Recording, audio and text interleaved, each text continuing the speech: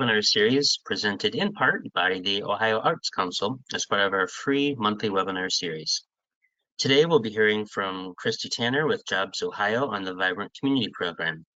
If you have questions throughout the presentation, please type those in the chat box and we will read those and address those at the end of the presentation. The Vibrant Community Program through JobsOhio recognizes that distressed communities may not have adequate resources to develop and implement economic development projects that can attract private investment and create new jobs. This program was established to assist distressed small and medium-sized communities with the implementation of catalytic development projects that fulfill a market need and represent a significant reinvestment in areas that have struggled to attract new investment. Christy Tanner is the Senior Managing Director at JobsOhio. She is certified as an Economic Development Finance Professional through the National Development Council and served several years as a member of Ohio's Development Finance Advisory Council. Prior to JobsOhio, Christy was an Assistant Director and Chief Operating Officer for the Ohio Department of Development. She graduated from Morehead State University in Kentucky with a bachelor's degree in Communication and Marketing. Christy, thank you so much for being here today, and we look forward to your presentation. Great, thank you. I really appreciate the opportunity to be with you today and to share a little bit more about our JobsOhio Vibrant Communities program.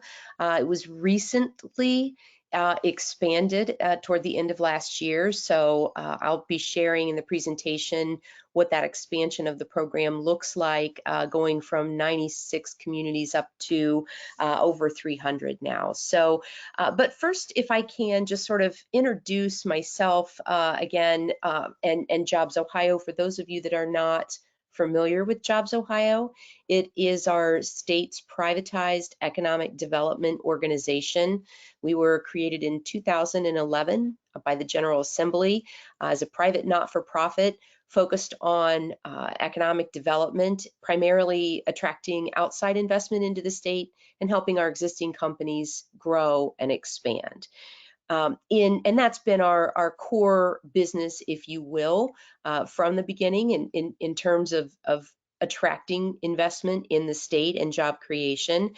But in 2019, JobsOhio started to take a look at what did we need to do to build the strategy for economic development across the state, and what initiatives did we need to take on in order to do that. We call that our JobsOhio 2.0 program, and part of that was taking a look at what we needed to do to bring investment to distressed areas of the state, especially those small and mid-sized communities across Ohio that have suffered or struggled with population decline or loss of businesses in their community. It's hard to attract new investment into a community. Wait a minute, what happened here? There we go. It's hard to attract new investment in a community if the downtown isn't thriving, and so we started to look at what could JobsOhio do to try to support new investment in those small and medium-sized distressed communities. So with that in mind, we created the JobsOhio Vibrant Communities Grant Program. It is a program that is scheduled to run for a total of 5 years. We're in our third year, second and 2.5 years of the program now. And as in the introduction explained, it's really designed to help communities bring catalytic investment into their downtowns and in turn attract additional investment.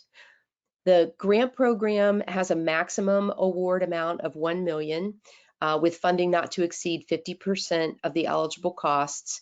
And we're looking to the community to be the lead applicant. So in other words, the eligible city or village itself to bring the project forward. But of course, as any project would be in a downtown area, those typically have multiple stakeholders that are involved in the project, an anchor tenant or community partner that either owns the building or structure and is making a significant portion of the investment. So there's a mechanism in place that those investors could be beneficiaries in the project. So projects typically, if I could describe what they look like to you, are usually in downtowns or in some cases a similar type of commercial district. Almost all of the projects are mixed use projects, things that you could imagine would help draw and attract not only investment, but people, community individuals from your community into the downtown area. The site itself should be in a place where added inducement is needed to reduce risk and attract new investment. So in other words, and typically this is true in just more distressed communities, but if you already have a thriving downtown and you're just adding another building to that already thriving community, it's probably not going to be a competitive project. But if it's a hard to do project where you really need to have additional funds into the project to help close a gap, and then hopefully attract additional investment, then that tends to be the kind of project that we're investing in. One of the key aspects of the program is that the project has to have a committed end user. So if it's a building, for example, at least 30% of the square footage, usable square footage of the building needs to be an eligible end user. And I'll share with you in a few minutes a slide that it will show you what an eligible end user could be. Examples of projects in the past, and I'll also share some examples of projects that we've invested in, but it can be a single structure building.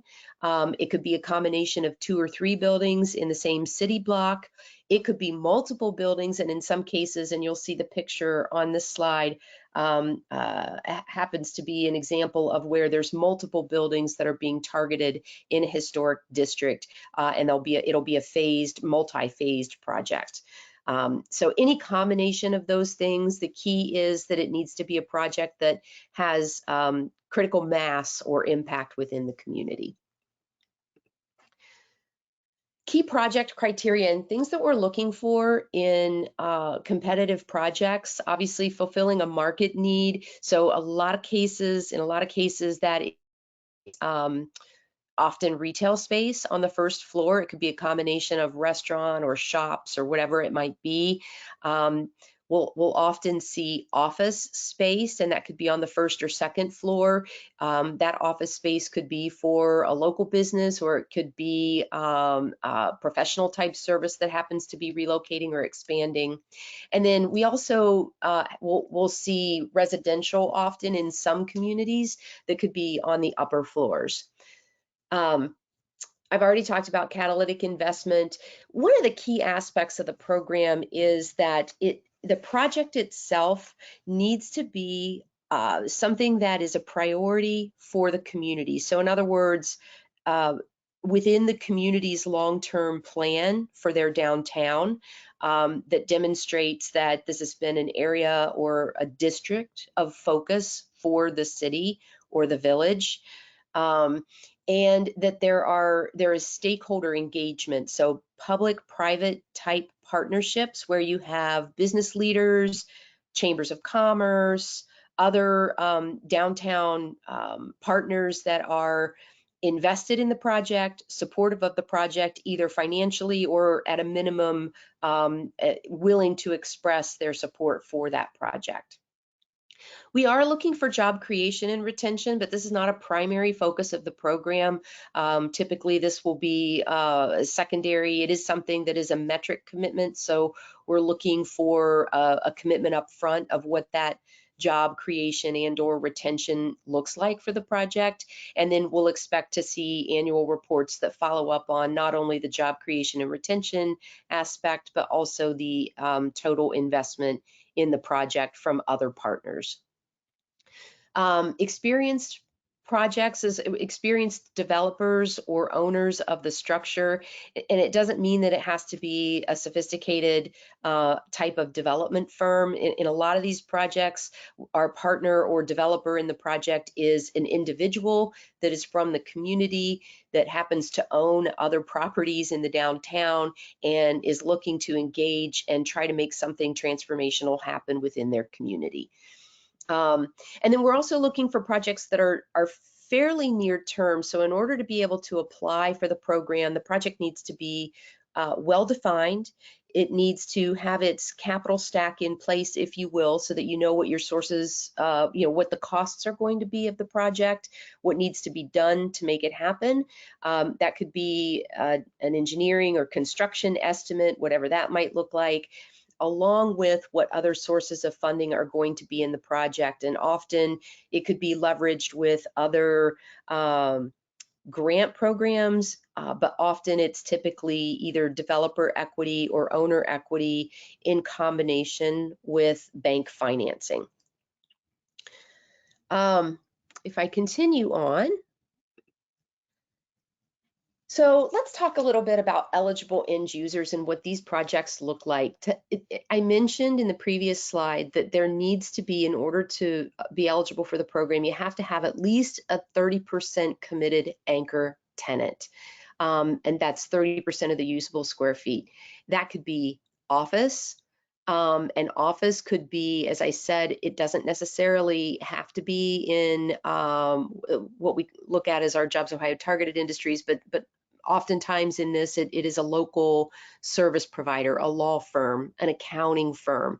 In some cases, it's been a business that happens to have an office or a headquarters in that town or city or even in the county, and they need to expand. They need more space. They want to get downtown. They want to be a part of the, more part of the community. It could be an anchor institution like a hospital. It could be a university that's using the space for an innovation type facility. And it could be partnered with multiple buildings. It doesn't have to be just one business. It could be 2, 3, or 4 businesses that come together. As long as they're all committed and they reach that 30% threshold, then it could be multiple tenants that are committed to the space. Some of these projects that come in, and what's been very popular since the pandemic has been co-working space or shared office space, incubators, accelerators, that sort of thing. If the project is coming in and the 30% anchor tenant includes a shared space user like co-working space, then there are additional requirements that need to be met in order to be eligible. And really the biggest component of that is making sure that whoever the co-working owner is, that they have long-term viability in the space. So they need to be able to share at least a 5-year, if not a 10-year business plan for how that co-working space is going to be made functional and operational long term. So where's their revenue going to come from? What's their operating capital going to look like? What kinds of business services and programming are they going to be able to offer to the local community and local businesses? And how can we make sure that it remains viable for the community and doesn't fail in the near term? As I mentioned already, the different types of things that can go into the building or the space overall. It doesn't just have to be the office. We're looking at least for 30%, but other components of retail, housing. Healthcare is typically not allowed as an eligible use. However, under certain circumstances, and if it's just a smaller portion of the project, it could potentially be eligible. Same with education, university partners, technical centers. We've had a couple of projects where an educational institution has been a partner, but it's more of a community space or an innovation center space that is open to businesses and not only for student classroom space. Ineligible, and I think it's important to recognize what's a good project and what doesn't work. Things that are ineligible costs or ineligible uses, rec centers, open outdoor space, like an esplanade kind of space. Streetscaping is not, it can be part of the project, it's just not a part of our eligible project. Parking lots or garages also are typically not eligible, although could be part of the project. Sports and entertainment venues, and of course, anything that's 100% speculative is not going to be eligible either. I'm trying to, there we go. And then just to sort of expand on that, sports complexes, there's a lot of e-sport facilities that are popping up around the country. And even though that could be potentially a small portion of the project, it can't be the main focus of the project. I already mentioned consumer services. And then public, we've had some that have come forward that would like to have the project be a new municipal building or city offices. And again, that could maybe be a small portion of it, but really can't be the driver of the project.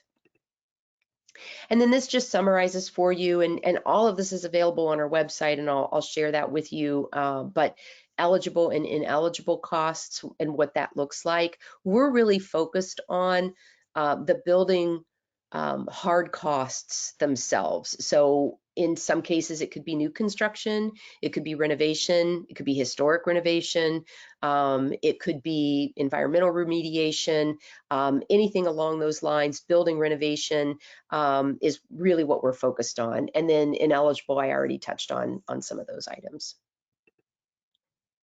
So let's talk about who is eligible, what cities and what villages exactly. So the criteria in order to be eligible are, as I mentioned, the focus of this program is small and medium-sized communities across Ohio that are, sorry, I don't know what happened there, are distressed. And the way that we define that, communities that have a population of under 75,000 and a poverty rate that is at or greater than 13, the state's poverty rate, which is currently 13.6%. So this program used to have a floor of 5,000. So the population requirement was for communities that fell between 5,000 and 75,000 in population. When we went through some program updates that our board approved at the end of last year, we removed that floor. So basically what we're saying is villages are now able to apply. So any community of any size up to 75,000 in population, if they meet that poverty rate requirement, they're eligible. We went from 96 communities to 370. The website is on here. It's very easy to find on our website, where you can go to look at the full list of eligible communities.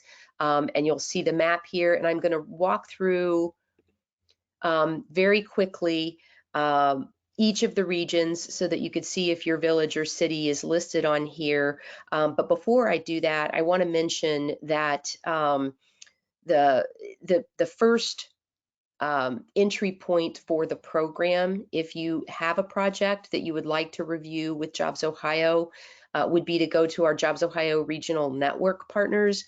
Hopefully you're familiar with them already, but the list is here, color coordinated to the map. The 6 different regions around the state, those are our partners on the ground, and they have a team in place that can work with you to determine if your project is eligible and then get you started through that application process. So if I can flip here, I'll just go through each briefly. Ohio Southeast, our southeastern partner in the state, they gained the most in terms of the number of communities that are now newly eligible for the program, just because of the size of the region and also the number of communities that they have with a population below 5,000. This is Team NEO, our Northeast Ohio region of the state, and the communities that are eligible there. They have several, and as of right now, that region has been the most active in terms of the number of projects that have come forward. And then on the other side, the western side of the state, up north, Regional Growth Partnership, which is the Toledo region of the state, they were the second largest in terms of the number of new communities added to the list of eligibility. And then just below that, Dayton, our Dayton region with the Dayton Development Coalition, who is our partner there, and the communities that you see listed here are eligible in that region. One Columbus, our Central Ohio region and the cities that are eligible in Central Ohio, and Ready Cincinnati, which is our southwestern partner in the communities that that are eligible in Southwest Ohio. I will mention, for those of you that did not see your community name on this list, if you are a population, if you are a village or a city with a population of under 75,000, the reason that you wouldn't be on here is because your poverty rate does not meet the state poverty rate of 13.6%. There are several communities that kind of float right around that area, and we use the 5-year census, ACS 5-year estimate for that. We update it annually. I believe that data comes out. I know it's in the second half of the year, somewhere between June and I think, or July and September, I think is when it gets updated. We update the map accordingly. And so if you are not on here and you think you should be, double check your ACS 5-year estimated data, or just reach out to us and ask us the question, and we can share the data with you and talk about, looking at it potentially in the future if that changes. So with our Vibrant Communities program, and I want to share a few, just some examples so that you can get a sense for the kinds of projects that we've invested in around the state. We've invested in 7 thus far. 47 million. Those 7 projects have leveraged total investment of 47 million in new investment, and we have, this number is a little bit outdated, 14 projects in the pipeline. Actually, I think we may have more than that now. There have been several that have been coming forward, and those awards have totaled 6.6 million overall out of those 7 projects, all of varying sizes. I think some projects have been as small as 200,000 or 300,000 just to help a project go forward in a smaller community, up to what the current maximum is of $1 million. So I won't go into detail on these. You can see the detail on the slide. Sandusky was one of our early project investments, and a community in transition. They have a developer that is an individual that is from that community and has invested in some other buildings in their downtown. This was a building that they tried to save. It was a historic building, a historic structure, but unfortunately was beyond repair or renovation. So the building itself had to come down. They reconstructed or rebuilt the building in the style of the previous building that was there. The anchor tenant in this happens to be a local law firm that made the job creation commitment, and they have mixed use on the first floor of the building. Paynesville, another Northeast Ohio project. This was, if I remember correctly, this was a former mall type building in their downtown area. It's really strategically positioned between their downtown and some of their university area. Overall $16 million project, converting it into mixed use. They have a restaurant and some other retail in the building. Their anchor tenant is Burgess and Nyepel as an office tenant. Youngstown, this one's a little bit different. This was an existing incubator, the Youngstown Business Incubator, which has really been recognized nationally for their business model and the number of companies that they've graduated out of that incubator. Very close to Youngstown State University. They have a partnership with them as well. This project was to help them renovate a new building that they are growing into for their incubator tenants. Lima, this was a great project that's under construction now. It's renovation of 4 different buildings, blighted buildings that are it's in a priority area for redevelopment within their city.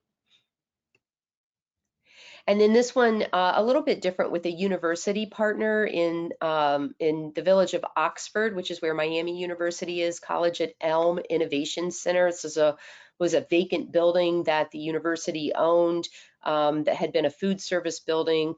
They are renovating it. They have a manufacturing partner that is coming in to take up space in the building, and that manufacturing partner is going to provide support services to the college and to businesses to help do prototyping of products and business innovation. And this actually, the building was just completed recently, and I know they're planning on having their ribbon cutting on February 16th. So let me touch briefly before I open it up for questions. For communities that are interested in the program, but they're not quite there yet, that maybe there's the vision, maybe there's a plan and a site or a building or a block that's being targeted, and there are willing partners at the table, but there is a piece of the project missing. It could be that there hasn't been an assessment on the building. You don't know what the cost is going to be to renovate it. There maybe there needs to be more work done on the understanding or identifying what the costs could be, or what the sources of funding could be for the project. For those communities, there is a program, same eligible communities. If there is a potential project for vibrant communities, we also have this pre-project planning grant program, grants of up to $20,000, not more than 50% of the cost, for communities that need to try to move the project forward, but need some help in order to do that.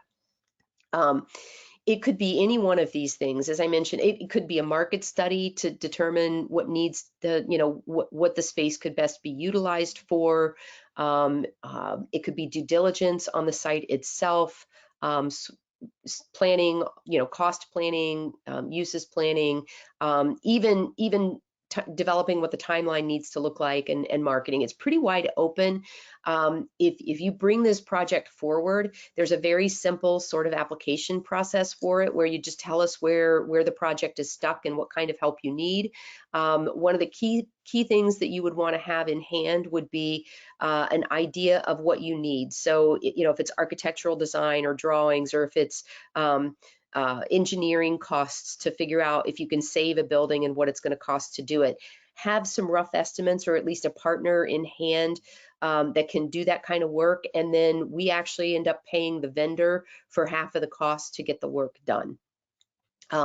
Just to give you an example, we've done 10 of these around the state, and to give you an example of what one of the projects happened to look like, this project in particular in the city of New Philadelphia, they had a site that was gifted to them, a company that shut their operation down. They basically gave the site to the community. The community took the site over. Okay, this used to be an industrial site, but it's right next to our downtown. We'd like to figure out how we can incorporate that into the community. What's the best use for this? Could we make this a mixed use site?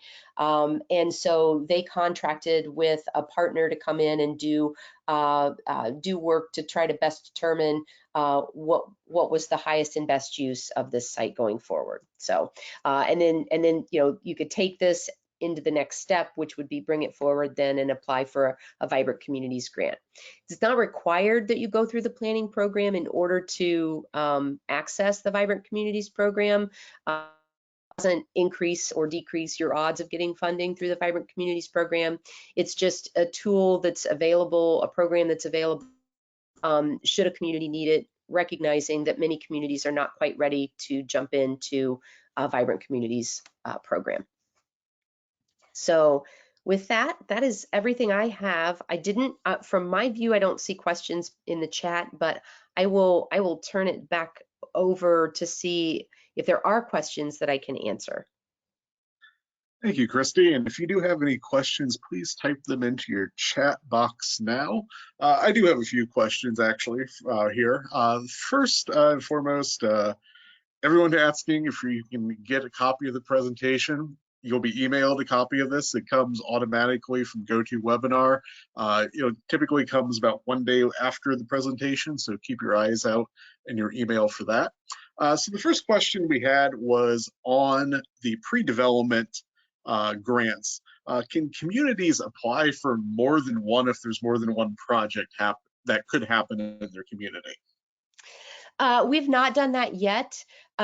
We would be happy to talk about if we could do that. In fact, in some, I can give you an example of a project where a community had 3 sites in their downtown and different partners, but they were trying to figure out, which one has what's the highest and best use for these 3 sites and which one should be our priority to focus on for redevelopment. That's kind of what the city was asking. So we provided support. We basically combined all 3 sites into one. And that information was then used to help the city determine what priority they should focus on or what site they should focus on first. We have had communities that have come forward wanting to do a second project or wanting to do more than one project with the Vibrant Communities Grant Program. We ask that communities prioritize one project they think will have the greatest impact in their community and let us get through one project first. And then if there is a second project, then they could bring that forward. First project has been completed. And there's at least one community now that has another project that's sort of waiting in the wings once the first project is completed. Our next question, what kind of timeline is JobsOhio typically looking at for projects from start to completion? When the project comes forward, when the project comes in as an application, we're looking for a project that is basically ready to go, but for the funding. And I mean, but for the JobsOhio funding. So in other words, they have their cost estimates, they have the project is clearly defined, they know who at least who their anchor tenants are going to be, and they have at least a plan for the balance of it. So they've defined it as, retail or commercial or residential or additional office or whatever it might be. Understand that a lot of these, the construction window can be 18 to 24 months, just depending on the project itself. We're looking for, just to give you another example, if there's bank financing, one of the things that we'll be asking is, can we see the letter of commitment from the bank to confirm that that funding source is secured. We've had a couple of cases where there's been a project that's waiting on historic tax credits or new markets tax credits. We try to wait until that is secured before we offer our letter of commitment for the project. But I think we'd be open to talking about that, especially when knowing what those windows look like on the funding cycles. So, but we're basically looking for projects that are ready to go. Thanks, Christy. Carol has a question here. She works at a nonprofit. It represents their historic district. And she's wondering if they would be able to apply for the pre-project grant along with the VCG, or should that application would need to be going through the city?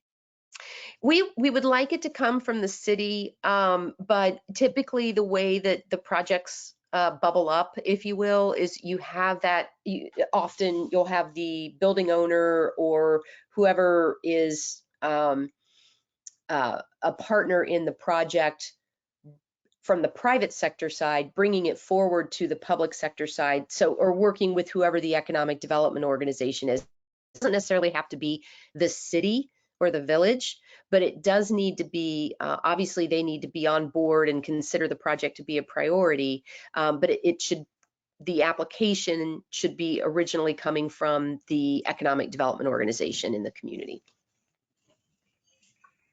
And our next question, have you seen a lot of people applying for the Vibrant Communities grants, layering these with other tax credits?